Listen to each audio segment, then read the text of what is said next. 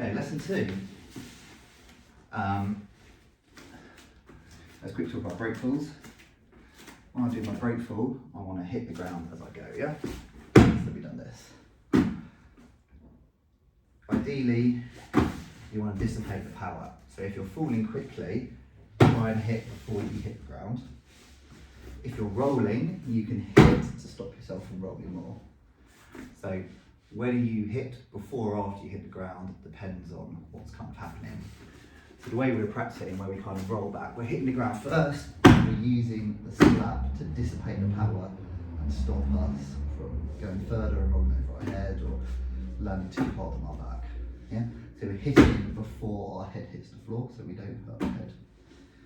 If instead we wanted to jump backwards, we try and hit before we hit the floor in order that we don't get that first impact.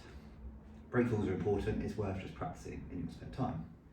The other motion we're learning about is shrimping.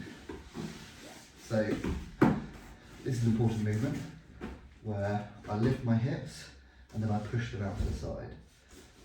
Turn to the side and shoot my hips backward. We're going to use this in the escape from side control we're going to do in a minute. Think about there's an opponent here, I'm blocking them in some way, lift my hips up, move it away.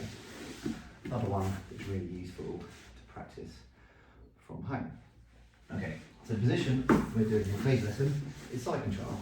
So if you just lie with your legs, yeah, perfect. So a good side control position is any time I'm past the legs. We call this pass to guard, yeah?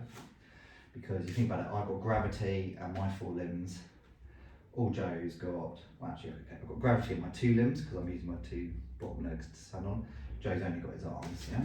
If I'm beyond his legs, I've got gravity and mobility in my 2 arms, and Joe has all 4 limbs, so there's more than even fight. I get past the legs to side control, then I'm kind of winning. So a nice side control position is what we have in cross face, which is one arm across the face, and then underhook. So under the arm. This is what I'd probably call like a standard side control. Now I don't want my weight high like this, because I can be rolled over and there's a lot of gap between around here. There's a lot of gap here that Joe can feel. So I want to drop my weight as much as possible so you can feel it kind of more on this side of his chest. Yeah. So this is side control. Now, to escape side control, Joe, if you come on top.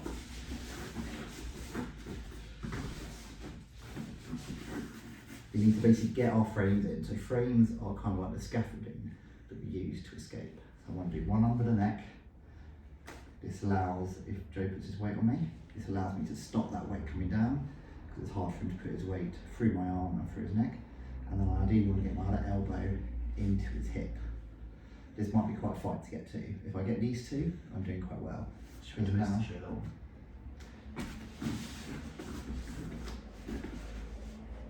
Knee in the elbow in the knee rather, and this one, yeah.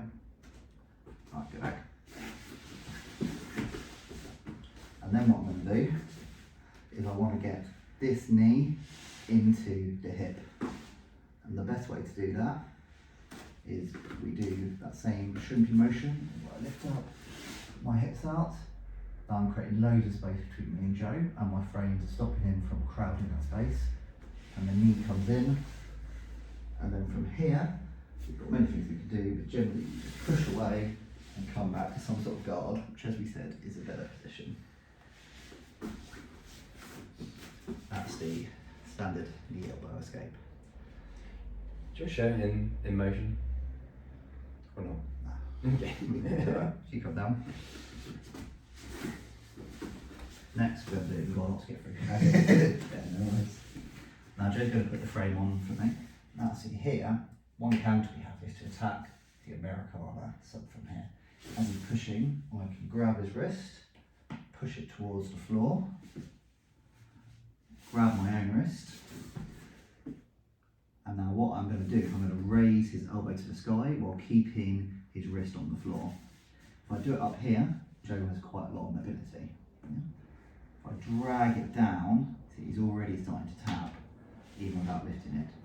So what you should do is, once you grab it up, you need to bring it down low. I'm only not pushing it down because Joe will tap, but this hand will be pushed down on the mat, and then lift up. Yeah.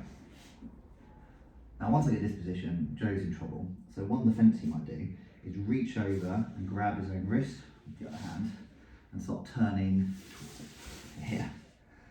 So now what I need to do, now there's a good option for you to take the back and to go into the rear naked choke stuff we saw before. So I pull one arm out and I come underneath, rip, other arm comes out and grabs my own wrist. I'm going to step up with one foot by the hip, bring my knee behind his back, keeping this tight, just going to pull him round into the back control that we were in before. That movement works quite well. Come back to that. You can also use it if, as I pass side control, if Joe starts turning away from me. Start coming up to your knees, coming up to turtle, pull it away. As he's coming up, I can reach around and grab and pull him into the back. So you can use it as a reaction from when Joe is reaching to stop the Americana, and you can use it as a transition as they try and escape and come up to their knees.